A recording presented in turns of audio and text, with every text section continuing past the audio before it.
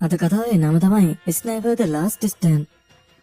අද කතාව ආරම්භ වෙන්නෙම කතාවට පාදක වෙච්ච මෙහෙමනේ. මාත් ටික වෙලාවක් ගියාට පස්සේ තමයි ඔය ඉන්න ස්නයිපර්ස්ලා දෙන්නව දැක්කේ. මේ දෙන්න මෙතන මේ විදිහට අවධානයෙන් ඉන්නකොට අනිත් පැත්තෙන් ඇල්ෆා කණ්ඩායමේ කට්ටිය උමම් මාර්ග පාවිච්චි කළා සතුරු කඳවුර වෙතට ටිකෙන් ටික ළඟා වෙනවා. ආලෝකයේ ක්‍රියා විරහිත කරමින් නයිට් විෂන් ග්ලාස් පාවිච්චි කරන වුන් ආරක්ෂකයන් මේ විදිහට විනාශ කරමින් බංකයේ CCTV සහ ආරක්ෂක පද්ධතියේ පාලනය ඔවුන්ගේ අතට අරගන්නවා. කැමරා පාවිච්චි කරලා ඇතුළත පරීක්ෂා කිරීමෙන් අනතුරුව ඇල්ෆා කණ්ඩායම දැන් බංගක තුලට රාස් මාර්ගයකින් ඇතුල් වෙනවා. අනතුරු කණ්ඩායමේ ප්‍රධානියගෙන් ස්නයිපර්ස්ලා දෙන්නට සිග්නල් එක එනවා වැඩේ පටන් ගන්න කියලා. ඉතින් බෙකට් මෙතන සොන්ඩෙට පළමු ප්‍රහාරය ලබා ගන්න කියනවා. ඉතින් ඔය විදිහට පළමු වශයෙන් වෝල් එක උඩට ආරක්ෂකයන් දෙන්නව තමයි ඩවුන් කරන්නේ. සොන්ඩි හොඳ උස්මක් අරගන්න සංසුන් වෙන්න. ඔයා වමට ගන්න මම දකුණු කෙළවරේ ඉලක්කය අරගන්නම්. ඉතින් සොන්ඩි වම එක්කෙනාව අරගන්නකොට බෙකට් හිතාමතාම අනිත් කෙනාගේ කවලට ප්‍රහාරයක් කෙල්ල කරනවා. මොකද ඒත් එක්කම ටික වෙලාවකින් එතනට තවත් ආරක්ෂකයෙක් එනවා. සොන්ඩි හිතුවේ බෙකට් ඉලක්කය වැරදුනා කියලායි. බෙකට් වැඩක් කරේ අනිත් ආරක්ෂකවත් ගෙන්න ගන්න ඕන නිසා. අනතුරු දෙන්නවම ඉතින් පරලෝකෙට යවලා දානවා. මේ වෙනකොට ෆීනික්ස් කණ්ඩායම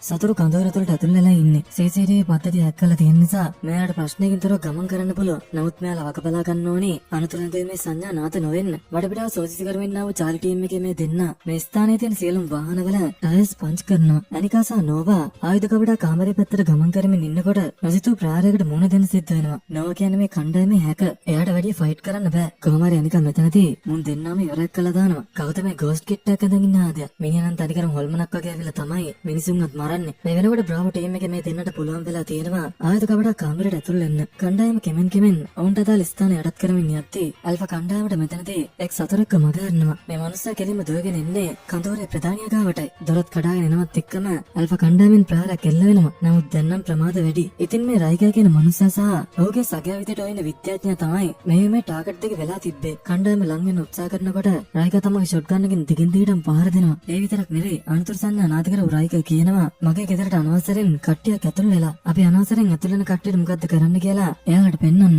අනතුරු ඔහු තමන්ගේ රෙවලෝ එක අතට අරගන්නවා. සතුරන් මේ විදියට මෙයාලගේ පැත්තට ටිකෙන් ටික ළඟා වෙද්දී රයිකා ප්‍රොෆෙසර්ට කියනවා තමන් ආයතය ළඟට අරන් යන්න කියලා. ස්නයිපර් වරුන් දෙන්න නම් තවමත් ඔවුන්ගේ ඉරියව්වෙමයි. අනතුරුගේ මේ සංඥා නාදයෙන් පසුව ඔය කොල්නොඩට ස්නයිපර් කෙනෙකුයි ස්පොටර් කෙනෙකුයි ඇවිල්ලා රයිකා කොහොම හරි උත්සාහ කරන්නේ තමන්ගේ ආයතය වෙතට යන්නයි. මොකක්ද ඇත්තටම මේ ආයුධය? ඇතුළේ සිද්ධ වෙන වීඩියෝ මාරු අහන් ඉන්න බැරි වෙච්ච හීලෝ ගරාජ් එක ජේසන්ට බාර දීලා එතනට ඉන්වෝල්ව් වෙන්නයි හදන්නේ. ජේසන් මෙතනදී එපා කියද්දිත් හීලෝ යනවා. රයිකා කොහමරි මෙතනදී උත්සාහ කළා රසායනාගාරය වෙතට පැන ගන්නවා. මේ දෙන්නත් Tamanට නියෝග ලැබිලා තියෙන පරිදි ආයත කාමරේ අත්පත් කරගෙන ඉන්නවා. මේ අතරවාරි සුළඟේ වේගය සහ ඉලක්කයටදී දුර පරීක්ෂා කරු බෙකට් සොන්ඩිත් එක කතා කරලා එක වෙලාවෙදී ටාගට් දෙකම ඩිස්ට්‍රොයි කරනවා. කවලොක් කලබලෙන්ම ඔය අමතු මරකන්නේ අගමැතිතුමාටයි. අගමැතිතුමාට කතා කරලා කවලොක් කියනවා සියලුම හමුදාවන් කඳවුර වෙතට එවන්න කියලා. ඉතින් අන්න ඕක තමයි මෙයාලා කියන රහස් ආයුධය. මහාචාර්යතුමා නම් කියන විදිහට තවමත් මේක ක්‍රියාත්මක කරන්න පුළුවන් මට්ටමේ නෑ. නමුත් කවලොක් මෙතනදී කියන දෙයක් අහන්න නැතුව යන්ත්‍රය ක්‍රියාත්මක කරනවා. මේ ස්ථානයට සියලුම සතුරුන්ව ඩිස්ට්‍රොයි කරපු ඇල්ෆා කණ්ඩායම දැන් පරීක්ෂණාගාරය වෙතට ඇතුල් වෙනවා. කට්ටියම ඇතුල් වෙනකොට ගෝස්ට් විතරක් පිටපස පරීක්ෂා කරගෙනයි එන්නේ. දැන් නම් ඉතින් කවලොක් කොහෙ කියලා දුවන්නද? ඒක දැන් ඉවරයි කවලොක් ඉවරයි. අපි හැමෝම මේත් එක්කම කවලොක් කර යන්ත්‍රය ක්‍රියාත්මක කරනවා. ඉතින් මේකෙන් මෙතන වුණේ ඔය විදිහේ අතිදුණු සංඛ්‍යාත විපරීමක් තමයි හටගන්නේ. ඉතින් ඔයාලා මෙච්චරලා කල්පනා කරන්නේ නැති කතාව පටන් ගත්ත ගමන් කනට ගන්නවා වගේ මේ මොකද සිද්ධ වෙන්නේ කියලා. හරි එහෙනම් ඒ මොකද උනේ කියලා බලන්න අපි පැය 48ක් කතාවේ පස්සට යමු. දීර්ඝ ගුවන් ගමනකින් පසුව මේ විදිහට මේ එන්නේ ලොව දක්ෂතම ස්නයිපර්වරයෙක් වන බ්‍රෙන්ඩන් බෙකට් නැමැති පුද්ගලයා. ඉතින් මේ කළු ජාතික මොඩිස් නැමැති පුද්ගලයා තමයි මේ ප්‍රධානිය වෙන්නේ. ඔහුගේ ආරාධනාවක් පරිදි තමයි බෙකට් මේ ඇවිල්ලා තින්නේ. අනතුරු කට්ටියත් එක්ක දැන් ගමන පිටත් වෙනවා. නෝවගේ තාත්තා තමයි මිත්‍රවරුන් මේ රටේ පාලකයා විදිහට ඉඳලා තින්නේ. ඔහු ඊටමත් හොඳින් රට කරගෙන ගිහින් තියෙනවා. නමුත් ඔහු සතුරන් විසින් ඝාතනය කළා තියෙනවා. ඊට පස්සේ මගේ මාමා රෝමන් ඩයස්න් ජනතාවගේ වේදනාව සහ කෝපය ප්‍රයෝජනයට ගත්තා. අනතුරු බලයට පත්වීමට ඒ පාවිච්චි කළා. ඊට පස්සේ ආමගේ රට වැඩිම ලංසුව තිබු අයට විකුණුවා. රයිකා කෝවලොක් වැනි මරණීය අයට අගමැතිතුමා කෝවලොට අවසර දීලා තියෙනවා කිසිම වාතාවකින් තොරව ආයුධ සැකසීමට සහ විකිණීමට. රටේ මේ ක්‍රියාකලාපයට විරුද්ධව නැගී සිටින කැරැල්ල තමයි මිත්‍රවරුනි ෆීනික්ස් සංවිධානය කියලා හඳුන්වන්නේ. ඉතින් මේ ඔක්කොමලා ඒක යටතේ වැඩ කරන්නේ. සැටලයිට් මාර්ගයෙන් නොවට හොයාගන්න පුළුවන් වෙලා තියෙනවා කෝවලොක්ගේ ප්‍රධාන පරීක්ෂණාගාරයේ තියෙන තැන. ඒ ස්ථානයේම තමයි ඔවුන්ගේ නවතම ආයුධය තියෙන්නේ. ඉතින් මේ ආයුධය හොයාගෙන ඒකට අදාළ සියලුම දේ විනාශ කරලා දාන එක තමයි ෆීනික්ස් කණ්ඩායමේ මෙහෙයුම වෙන්නේ. මේ මෙහෙයුම සඳහා සූදානම් වෙන්න තියෙන්නේ තව පැය 48ක කාලසටහනකුයි. බෙකට් කියනවා සුළඟේ වේගය භූ විෂමතාව වගේ හැම දෙයක්ම බලන්න වෙයි කියලා. අනිත් පැත්තෙන් නෝවා කියනවා ඒ හැම දෙයක්ම දැනටමත් කරලා ඉවරයි කියලා.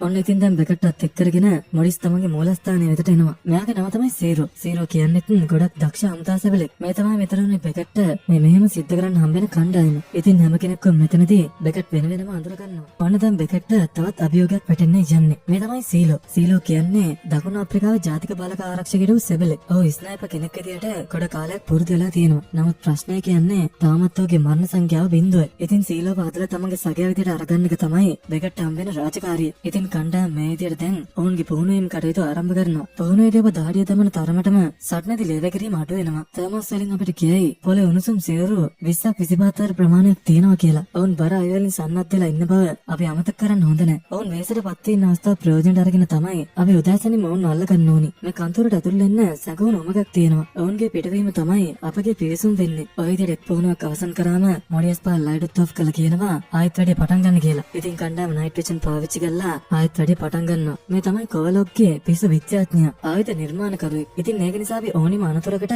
සූදානම්ව ඉන්න ඕනි. ප්‍රයිමරි ටාගට් එක අල්ලගත්තට පස්සේ අපි සියලුම බුද්ධ්‍යංශ තොරතුරු අරගන්න ඕනි. අනතුර නැවතත් උමග වෙතට ගිහින් ඉන්පසු අපි පෞද්ගලික තටාකයේ වෙතට යන්න ඕනි. එතන තීව්‍ර යාත්‍රාවක් රැඳී සිටිනවා. අපි ජාත්‍යන්තර මුල දක්වා අරන් යන්න. කොවලොග්ගේ මහාචාර්යතුමාවයි මරණවට වඩා පණ පිටින් අල්ලගන්න එක තමයි වැදගත්. මොඩියස් මෙතනදී මේ කණ්ඩායමව තවත් ටීම් 5කට වෙන් කරනවා. වෙන් කළා ඒ කට්ටියට අදාළ විදියට වැඩ ලබා දෙනවා. ඉතින් කණ්ඩායම මේ විදියට දිගින් දිගටම දින ගණනාවක් පුරාවටම ඔවුන්ගේ පුහුණුවීම් කටයුතු නැවත සිද්ධ කරනවා. මේ කණ්ඩායමේ වැදගත්ම සමාජිකයන් දෙන්නෙක් තමයි බෙකට් සහ සේලෝ කියන්නේ. සේලෝ තවම මරණයක්වත් සිද්ධ කරලා නැති වුණත් ඔහුගේ ඉලක්කයන් නම් හරින් පැහැදිලි. සේලෝ මෙතනදී බෙකට්ගෙන් අහනවා ඔයා මරණ කීයක් තහවුරු කරලා තියෙනවද කියලා. හරි අපූර්ව උත්තරයක් තමයි බෙකට් එකට දෙන්නේ. පළමු ඝාතනය විතරයි වැදගත් වෙන්නේ. ඒක තමයි අමාරුම. බෙකට් තමගේ ජීවිතයේ පළමු ඉලක්කයේදී අසාර්ථක වෙලා තියෙනවා. මොකද අපිට කෙනෙක්ව මරණ නියෝගයක් ආවම අපි දන්නේ කෙනා කවුද? ඇයි මරන්නේ? මොන ඒකටද? වගේ කිසිම දෙයක් තමන් දන්නේ නැහැ. අපි කාලය ආරම් බලන් හිටියොත් ඉලක්කය අපිට කලින් අවේත පිළිතුරු ලබා දෙනවා. මොකද ඔයා කොකා ඇත්තේ නැත්තම් එයා කරයි. ඔබ ඔබගේ කණ්ඩායම කෙනෙක්ව මරයි. ඔයා ජීවිතයක් නැති කරනවා වෙන්න පුළුවන්. ඒත් ඒකෙන් තවත් කෙනෙක්ගේ ජීවිතයක් ආරක්ෂා වෙනවා. ඉතින් මේ පුහුණුවීම් කටයුතු අතරවාරේ ඉතාමත් සුන්දර අවශ්‍යමයනොත් නැතුවමත් නෙවෙයි. මේ ජේසන් සහ හීලෝ මිත්‍රවරුනි සහෝදර සහෝදරයන් නොවනත් එයා සමාන වැදීමක් තමයි ඔවුන් අතර තියෙන්නේ. බෙකට් සීලෝවත් එක්කගෙන දඩේමේ ගිහින් මොකද බෙකට්ට බලා ගන්න ඕනේ වුණා සීලෝට යම් කෙනෙක්ගේ ජීවිතයක් කරගන්න පුළුවන් තරම් ශක්තියක් තියනවාද කියලා. කොහමද හිතුවා වගේ ඒ වැඩේ සාර්ථකයි. ඉතින් හෙට දිනේ තමයි මේ මෙහෙම ආරම්භ වෙන නියමිතව තියෙන්නේ. නෝනාවරුනි මහත්වරුනි හෙට අපි මනුෂ්‍යත්වයට ඇති අභියෝගයක් ඉවත් කරනවා. අපි රයිගා කොවලොග්ගේ ආයුධ විකිණීම නවත්තනවා. අපි ඔව මරලා හරි පණ පිටින් හරි අරගෙන යනවා. මේ මෙහෙම සම්පූර්ණ වෙනකොට එහෙනම් අපි බලමු ඊට දිනේ මේ දේවල් කොහොම සිද්ධ වෙයිද කියලා. එදිනම අවශ්‍යමේ බෙකට් සහ මොඩිස් මුණ ගැහුනාම බෙකට් කියනවා තමන්ට තාමත් සීලෝ ගැන පරීක්ෂා කරන්න එක වැඩක් තියෙනවා කියලා. ඉතින් මේ වැඩේට තමයි එදම රාත්‍රියේ බෙකට් සීලෝවත් එක්කගෙන ඉන්නේ. ටාගට් එකක් එනකන් ওই විදිහට බලන් හිටපු බෙකට් සීලෝට ස්නයිපර් එක දීලා කියනවා ඒ ටාගට් එක ඩිස්ට්‍රොයි කරන්න කියලා. ඔව් කවුද? ඔයා සොල්දාදුවෙක්. ඔබට ඔබේ අණ ලැබිලායි තියෙන්නේ. ඒක අනුගමනය කරන්න. මං දන්නේ අඩමතරේ මොකෙද්ද කියලාවත්. මේ කොවලොක්ගේ ආරක්ෂකයන්ගෙන් කෙනෙක්. ඔයාට දැන් නියෝගයක් ලැබිලායි තියෙන්නේ. ඔයාට බෑ කිසිම වෙලාවක ඉහළින් යන නියෝගයකින් ප්‍රශ්න කරන්න. ඉතින් සෑහෙන වෙලාවක් මේ ගැන කල්පනා කරව සීලෝ හිතට ධෛර්යයක් අරගෙන අවසාන මොහොතේදී කොකා ගස්සනවා. නමුත් ස්නයිපර් ලෝඩ් කරලා තිබිලා නැහැ. ඉතින් කොහමරි ඔන්න ඔය විදිහට තමයි සීලෝ තමන්ගේ අවසාන පරීක්ෂණයනොත් සමත් වුනේ. එදා රාත්‍රියේදී සීරෝ මුණ ගැහුනාම බෙකට් අහනවා තල්මාව බිම දාන්න සූදානම්ද කියලා. වෙනතාටත් වඩා හරියේනම් අපි වැඩේට බහිමු. ඉතින් කණ්ඩායමේ හැමෝම දැන් ඔවුන්ට අදාළ සියලුම දේවල් සූදානම් කරගෙන එදා දාසීර උදා වෙන්නත් කලින්ම මේන් බල පිටත් වෙනවා. ඉතින් මේ සිද්ධියත් එක්ක කතාව ආයෙත් කන්ටිනියු වෙන්නේ අර පිපිරීම වෙච්ච ෆ්‍රේම් එකටයි. මේ පිපිරීම සිද්ධ වෙන වෙලාවේදී සීරෝ මෙතන හිටියේ නෑ. සීරෝ එනකොට හැම කෙනාම ගොඩක් අමාරුවෙන් තැන් වල වැටලා ඉන්නවා. පේනවනේ පිපිරීමේ තරම කියන්නේ රසායනාගාරයට පහලින් තිබ්බ ආයත කබඩ කාමරයටත් ඒකෙන් බලපෑමක් සිද්ධ වෙලා. කොහමද මේ සිද්ධියෙන් අනතුරු හැම දෙනාම එක් තැනකදී දැන් මුණ ගැහෙනවා. පිස්සු මහාචාර්යතුමා දිගින් දිගටම කියනවා අපි හැමෝම මැරෙන්න යන්නේ කියලා. කට්ටියම හිතගෙන කොවලොක්ගේ නවීන ආයුධය අසාර්ථක වෙලා කියලායි. මගේ ආයුධය වැඩ කරත් නැතත් උඹලා ඔක්කොම මැරෙනවා. දැන් සන්නද්ධ හමුදාවක්ම මේ එනවා ඇති. මොකද කොවලොක් අගමැතිතුමාට කතා කරලා කිව්වනේ හමුදාව එවන්න කියලා. ඔයා හිතුවද මං ඒක ගැන හිතුවේ නෑ කියලා. හමුදාව මෙතනට එන්න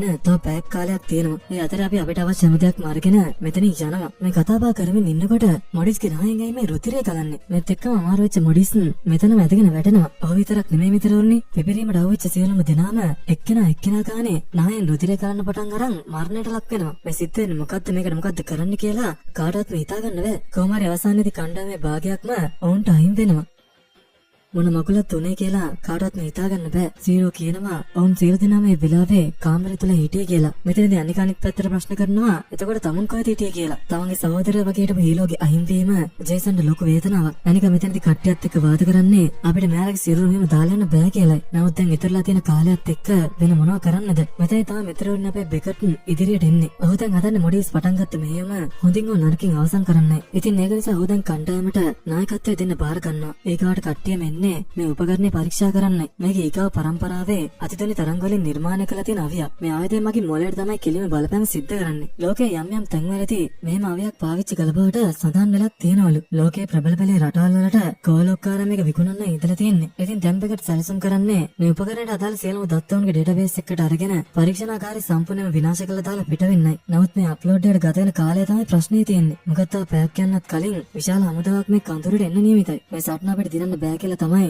හැමෝම තර්ක කරන්නේ. හැමෝම සංසම් වෙන්නේ. මේක තමයි මොඩිස්ගේ අවසාන නියෝගය. අපේ ඩේටා ටික හાર્ඩ් ඩ්‍රයිව් වලට අරගන්නවා. එතකොට අපිට පුළුවන් මේ ආයුධය නිසා ලෝකෙට සිද්ධ වෙන යන විනාශය නවත්තන්න. ඒක නිසා මට නම් ඒක සටන් කරන්න වටින සටනක්. ඒත් මට බෑ ඔය කාවත් නවත්ත ගන්න. ඒත් ඔයාලා ඉන්නවනම් මට පුළුවන් අපි 6 දෙනා 60 දෙනෙක් වෙන විදිය පෙන්වන්න. ඉතින් කණ්ඩායමේ සියලු දෙනාම බෙකට් එක දැන් මේ සටනේ ඉන්න තීරණය කරනවා. හමුදාව මේ එනකොට අපි යුද්ධයකට සූදානම් වෙලා ඉන්න ඕනි. අපිට හොයාගන්න පුළුවන් ඕනෑම ආයුධයක් එකතු කරගන්න. මේ ටික නම් මදි වෙයි. එහෙනම් අපිට නිර්මාණශීලී වෙන්න වෙනවා. අන්න ඒකට තමයි ගෑස් ටැංක් පාවිච්චි කරන්නේ. නෝ මේ වෙනකොට අප්ලෝඩ් කිරීමේ වැඩ කටයුතු පටන් අරගෙන ටෙලිසම ඉදිරියටම වෙන්න මේ දෙන්න ඔය විදිහට බෝම්බයක් ප්ලාන්ට් කරනවා. හේරා ඔයා ගරාජය ළඟ බලා ගන්න. එතකොට ඒන්ජල් ඔයා යන නැගිනීර වහලේ. සීරෝ ඔයා යන දකුණු වහලයට. සොන්ඩි ඔයා තමයි මේකේ ප්‍රධාන ස්නයිපර්යා. මැලේසියා හමුදාවම සොහොන් බිමක් බවට පත් කරන්න තමයි බෙකට් සැලසුම් කරන්නේ. ඉතින් මේවට දිගින් දිගටම අප්ලෝඩ් කිරීම සිද්ධ වෙනවා. මෙතන බෙකට් ෆෝන් එකක් නොවට පෙන්නලා කියනවා මේක තමයි අවසාන ආරක්ෂක වළල්ල. මොළ පරීක්ෂණාගාරයේම ප්ලාස්ටික් පොපුනර් ඩ්‍රයිව් වලින් අසුරලා තියෙන්නේ. ඒවා ක්‍රියාත්මක කරන්න සම්බන්ධ කරලා තියෙන්නේ ওই දුරකථනයටයි. මෙතනදී බටන් දෙකක් තියෙනවා. එකක් රන් අනිත් එක ඩිස්ට්‍රොයි. ඒ දෙක අදාළ වෙලාවට ඔබන්න කියලා තමයි බෙකට් නොවට මෙතනදී කියන්නේ. දැන් නම් මිලිෂියා හමුදාව එන්න කාලයත් හරි. ඒක නිසා සියලු දෙනාම ඔවුන්ගේ ස්ථාන වලට වෙලා සෝදානම් වෙනවා. බෙකට් පහළ භූමියේ ඉදිරියටම යන්න හදන්නේ. මයිලයි සේලෝ අහනවා ඔයා නායකයා නේද කියලා. නායකත්වය කියන්නේ ක්‍රියාවයි. නැතුව තන්තුරක් නෙවෙයි. සැබෑම නායකයාගේ ගති ලක්ෂණ බෙකට් තුළ හරි අපූර්වවට තියෙනවා. කණ්ඩායමේ සියලු දෙනාම දැන් ඔවුන්ගේ ස්ථානවලට වෙලා මේ විදිහට සූදානම්ගෙන ඉන්නේ. කාලය මේ විදිහට ගත වෙලා යනවත් එක්ක සේලෝ දකිනවා තව මීටර් 300ක් විතර ඈතින් විශාල හමුදාවක් එන විත්තිය. හැම දෙනාම දැන් ඔවුන්ගේ ස්ථානවලට ගිහින් හමුදාව වෙනකන් පෙරමග බලාගෙන ඉන්නවා. ඉතින් කඳුර වෙතට ගේට්ටුත් කඩාගෙන ඇතුල් වෙන මැලේසියා හමුදාව කණ්ඩායම අටලා දෙව පළමු බෝම්බයට ඔය විදිහට අසු වෙනවා. අනිත් වාහනත් නවත්තලා හමුදාවෙන් ඇතුල් වෙනකොට අපේ කණ්ඩායම විසින් මුළු ඒරියා එකම ස්මෝක් වලින් පහළ දානවා. මේ අවස්ථාව ප්‍රයෝජනයට අරගෙන ඉදිරියට යන බෙකට් මේ දුම අතරින් එක ගානේ සතුරන්ව විනාශ කළා දානවා. ටික වෙලාවක් යනකම් බෙකට් ගැන අදාන් හිටපු සීලෝ කියනවා දුම ඉවර වෙන්න යන්නේ. දැන් ඉවත් වෙන්න කියලා. ඉතින් සීලෝගේ සාය ඔය විදිහට අපේ කණ්ඩායමට හම්බ වෙනවා. ඒතකොට වඩා ආයුධ සන්නද්ධ මිනිස්සු දුසින් ගානක් ඇවිල්ලා තියෙන පාටක් තමයි තියෙන්නේ. ගරාජයක රැකගෙන හිටපු ජේසන් තමන්ගේ දිහාට එනිමිස ලං වෙනවත් එක්කම ඔය පෙට්‍රල් ටැංක් එකට වෙඩි තියනවා. මේක දිහා බලන හිටපු සීරෝ කියනවා ඔව් ඒ කියනු කෙනා මිනිස්සුක ගෙන තිබ්බ තමා කියලා. බෙකට් දැන් මේ try කරන්නේ පරීක්ෂණාගාරයේ විතර යන්නේ. තමන්ගේ ඉදිරියට එන එනිමිස්ලාවත් ඉවර කරගෙන බෙකට් දිගින් දිගට ඉදිරියට යනවා. මේ අතරාරේ කණ්ඩායම අනිත් කට්ටියත්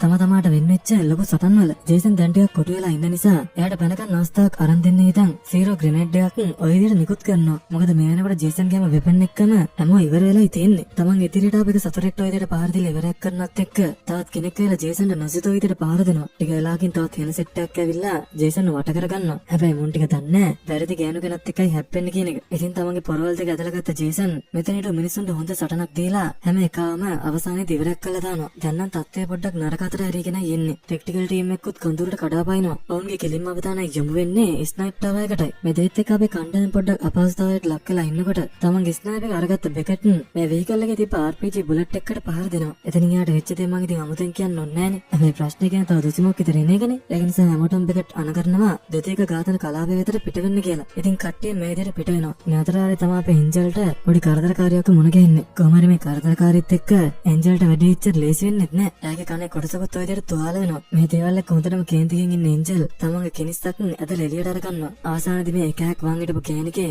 වහන් හිටපු හැම්ම තමයි කතාව ඉවරයක් කරන්නේ. බෙකට් සහ සීරෝ මේ විදිහට දුවගෙන ඇවිල්ලා එක් තැනකදී මුණ ගැහෙනවා. මොකද ඒ දෙන්නගෙන් පිටපසින් අතුරන් පන්න ගමන හිටියේ. ඉතින් මෙතනට ආවට පස්සේ දෙපැත්තේ තිබ්බ ගෑස් ටැංක් දෙකට සීරෝ වෙඩි තියනවා. අනතුරු දෙන්න දෙපැත්තකට බෙදිලා යනවා. මේ වෙනකොට 90% ප්‍රමාණයක් ෆයිල්ස් අප්ලෝඩ් වෙලායි තියෙන්නේ. සීරෝ ෂේප් එකේ පිටපස්සෙන් ඇවිල්ලා වෙඩි තියන්න හැදුවත් බුලට් ඉවරයි නේද? අහුලක් නැහැ. කරන්න ඕන දේ මිනිහා කරනවා. කරනවා. හැබැයි වැඩේ කියන්නේ තවත් යාළුවෝ ටිකක් සීරෝ බලන්න එනවනේ. කොහොමද මේ යාළුවෝ ටිකත් එක්ක නම් සීරෝ සෑහෙන වෙලාවක් රණ්ඩු කරනවා. රණ්ඩු කළා අන්තිමේට තෑග්ගක් වශයෙන් බෝම්බෙකුත් දීලා තමයි සීරෝ මෙතනින් යන්නේ.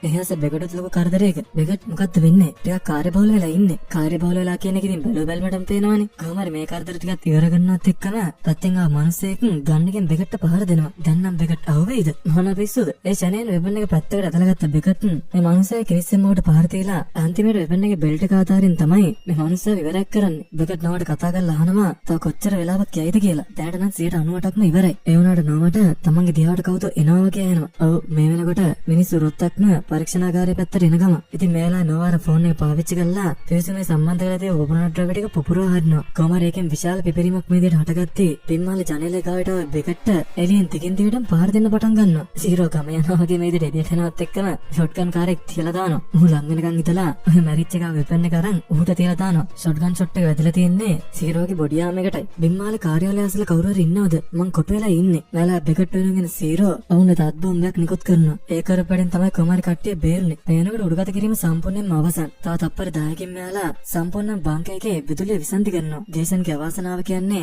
එයාගේ නයිට් විෂන් ක්ලාස් එකට වෙඩි වැදිලා. ඉතින් ටයිම් එක වෙනවත් එක්කම මුළු බංක එකේම විදුලිය විසන්ධි වෙනවා. ජේසන් අනිත් කට්ටියට කතා කරලා කියනවා තමගේ නයිට් විෂන් එක විනාශ වෙලා කියලා. අල්ලගෙන ඉන්නේ හේරා මම මගේ එනකම ෆ්ලෑග් උත් කඩාගෙන මේ අඳුරේ ජේසන් නෙත්ති අවාසනාවන්ත ලෙස සතුරන් කොටක් ඇයගේ මූණටම අහු වෙනවා. මෙත් එක්කම එක දිගට ජේසන්ට වෙඩි තියනවා. බෙගට් මෙතනට එනකොටත් ප්‍රමාද වැඩි. මෙත් එක්ක ෆ්ලෑග්ත් අවසන් වෙනවා. ඉතින් මේලා නයිට් විෂන් එක දාගත්ත බෙගට් මෙතනට සතුරු ඔක්කොලම එක ගානේ පාවනවා. ඉතින් කණ්ඩායමේ තවත් කෙනෙක් ওই විදිහට අහිමි වුණා. දැන් සේලම් වැඩ අවසන් නිසා කට්ටිය පැන යාමේ මාර්ගය වෙතට යන්නේ සූදානම. බෙගට් එළියට එනවත් එක්කම මේ මනුස්ස එල්ලකරු ප්‍රහාරයෙන් බෙගට්ට තුවාල වෙනවා. ඒකට වඩා තුවාලේ ටිකක් දරුණු පාටයි. ටික වෙලාවකින් බෙගට්ගේ සහායට සීරෝ මෙතනට එනවා. හැම කෙනාම මේ විදිහට පලායමින් නිති නෝවත් අවාසනාවන්ත ලෙස වෙඩි පාරකට අසු වෙනවා. ඉතින් තුවාලයට ලක් වෙලා ඉන්න නෝවත් අරගෙන දැන් සියලු දෙනාම ගරාජ් එකට එක් වෙන්නේ. දැන් නම් කණ්ඩායම කොටිවලගේ අල්ලගත්තා වගේ වැඩක් තමයි කරගෙන තියෙන්නේ. කොමන ටික වෙලා කල්පනා කරමින් හිටු බෙගට් රසායනාගාරයත් පුපුරා හරිනවා. තවදුරටත් මෙතන ඉන්න බෑ. මැලේසියා හමුදාව 200ක් විතර ඉන්නවා. ඔයාලා දැම්ම උමම් මාර්ගය වෙතට යන්න. ඔයාලට යන්න පුළුවන් වෙනකන් මං ආවරණය දෙන්නම්. මේ තීරණයට කවුරුත් කැමති වෙන්නේ නැහැ. නමුත් නායකයාගේ නියෝගය යටතේ කට්ටිය දැන් පිට වෙන්න හදන්නේ. ඒත් සීරෝ මෙතන බෙගට් එක්ක නවතිනවා. ඉතින් තුන් බෝම්බක් දාලා අනිත් දෙන්නට පැන ගන්න අවස්ථාව අරන් දෙන්න හිතන් බෙගට් සහ සීරෝ ඉදිරියට මෙමින් මැලේසියා හමුදාවත් එක්ක මුහුණට මුහුණ සටන් කරනවා. ඉතින් මේ දෙන්නගේ අවසානයක් මෙතනම සිද්ධ වෙයිද? නැහැ මිත්‍රවරුනි, මේ දෙන්නගේ වාසනාවට සහායක හමුදා කණ්ඩායමක් මේ ස්ථානෙට වෙලාවටම එනවා. මේ එන්නේ ෆීනික්ස් සංවිධානයට අදාළ හමුදා කණ්ඩායමකුයි. සීරෝ කියනවා ඒ පාරණ නූලෙන් නේද බේරුනේ කියලා. තවත් සුභාරංචියක් කියන්න තියෙනවා. නෝවට වෙඩි වැදුනත් ඔහුගේ තාමත් හෘද ස්පන්දනය සිද්ධ වෙනවා. ඉතින් ඔන්න ඔය විදිහට තමයි මිත්‍රවරුනි 6 දෙනෙක් එකතු වෙලා සම්පූර්ණ හමුදාවකට විරුද්ධව මේ යමක් දියත් කළේ. ඒත් එක්කම අද කතාවෙත් අවසානයකට ලැබෙනවා. ඉතින් කතාව ගැන මොකද හිතෙන්නේ? channel එක subscribe කරන් කමෙන්ට් එකක් දාන්න යන්න අමතක කරන්න එපා. එහෙනම් තවත් දවසක අපූර්ව කතාවකින් හම්බ වෙනකන් මං අතර සම ගන්නවා. සියලු දෙනාටම ජය වේවා.